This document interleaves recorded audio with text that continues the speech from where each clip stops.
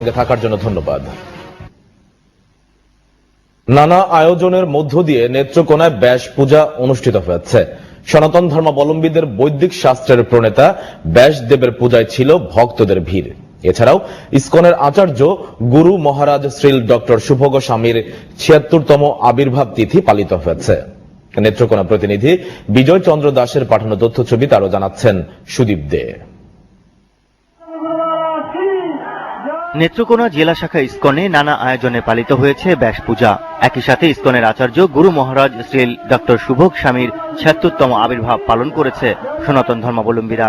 আয়োজনের উদ্বোধন করেন বাংলাদেশ ইসকনের সাধারণ সম্পাদক চারু চন্দ্র দাস ব্রহ্মচারী। এ উপলক্ষে মন্দিরে ৩ দিনব্যাপী কীর্তন, আলোচনা সভা, যজ্ঞ ও প্রসাদ বিতরণ সহ নানা আনুষ্ঠানিকতা পালিত হয়।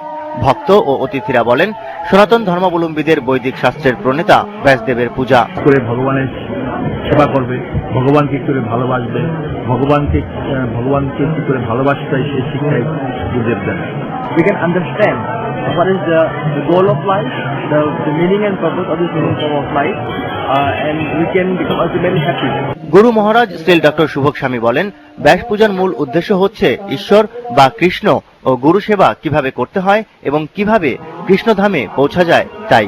ব্যাস পূজা, Vyasdev compiled Veda and he learned it from Narad Muni, his guru.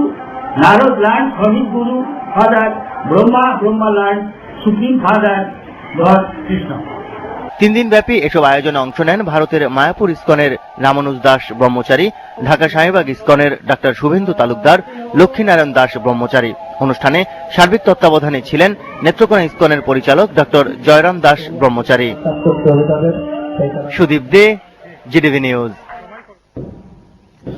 বিগত বছরগুলোতে প্রায়